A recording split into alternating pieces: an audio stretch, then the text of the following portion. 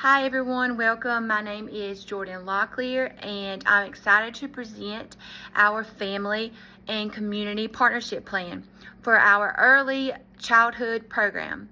The name of this program is called Connecting Hearts and Homes. You have to excuse me because I do have some notes that are placed here in front of me so that I won't lose track of anything. So if you see me looking, that's exactly what I'm looking at. This plan emphasizes collaboration, inclusivity, and cultural responsiveness to support children, families, and the broader community. A little bit of an introduction about this family and community partnership plan. Our program serves children ages 3 to 5. It focuses on play-based and developmentally appropriate practices.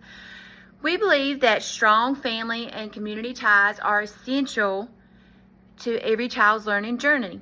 Our mission is to foster holistic development through inclusive, child-centered education. Our vision is every child thrives with strong family and community support. So we're going to go ahead on into the importance of partnerships. When families are involved and community partners are engaged, children benefit from consistent and rich experiences that reflect their identities and values.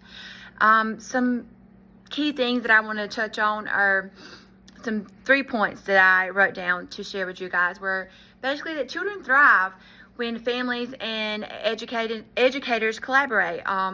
Community connections provide additional resources and support. This builds trust, continuity, and culturally rich learning environments. That was basically just to talk about why family and community partnerships matter.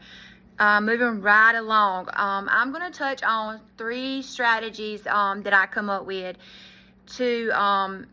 about family engagement and some strategies.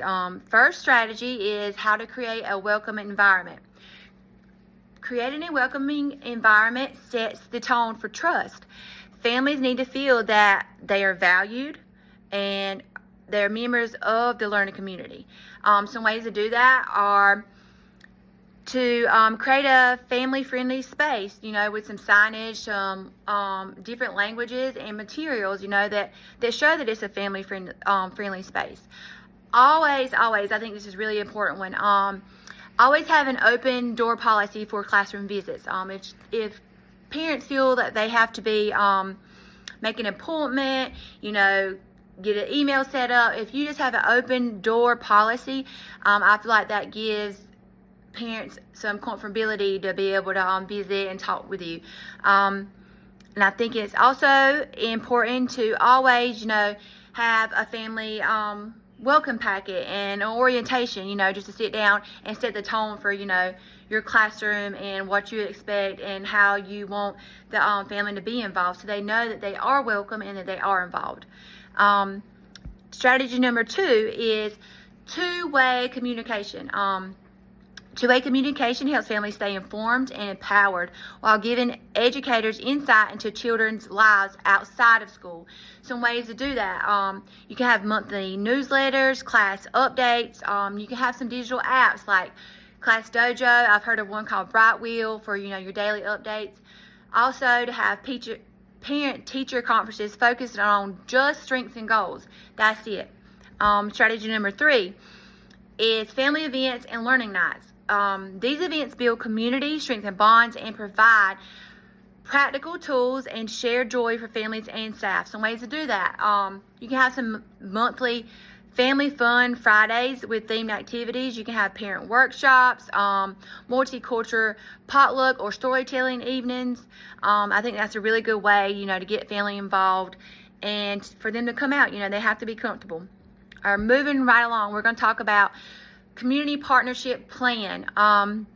These partnerships, I chose 2, which is number 1, local public library. We can do some, storytime visits, early literacy events. My second partnership is going to be with the family resource centers. We can do like referrals, parenting classes, health screenings.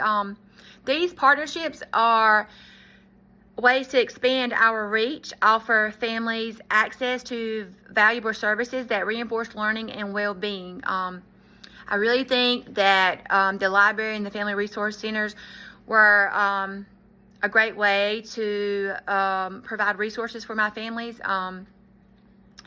And moving right along, some culturally responsive practices. A culturally responsive approach shows children and families that their identities are honored, which builds confidence and belonging. You can do some staff training, classroom materials that reflect all cultures. You can do, ways to celebrate holidays, languages, and traditions from families and different backgrounds.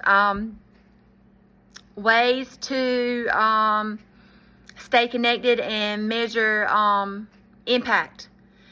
Here is some communication and evaluation tools. I will provide parent surveys and suggestion boxes. I'll have daily reports and progress updates, partnerships, tracking, and some feedback loops. Ongoing communication and evaluation ensure we're meeting families' needs and continuously improving our practices. So a little bit on reflection. I think that this plan reflected what I've learned about the importance of working with families and communities, not just for them. I'm working with them, not just for them. It reinforces my belief in shared responsibility for children's growth and prepares me for collaborative leadership. Some key takeaways. Family and community partnerships are essential to child success. Engaging families and respecting diversity enhances our program. Ongoing reflection and collaboration builds strong foundations for lifelong learning. I want to thank you for reviewing this plan with me and letting me go over it with you guys. I'm confident that these strategies will create a nurturing, inclusive space where children and families feel seen, supported, and empowered. I hope you enjoyed. I hope you have a great day, and thank you.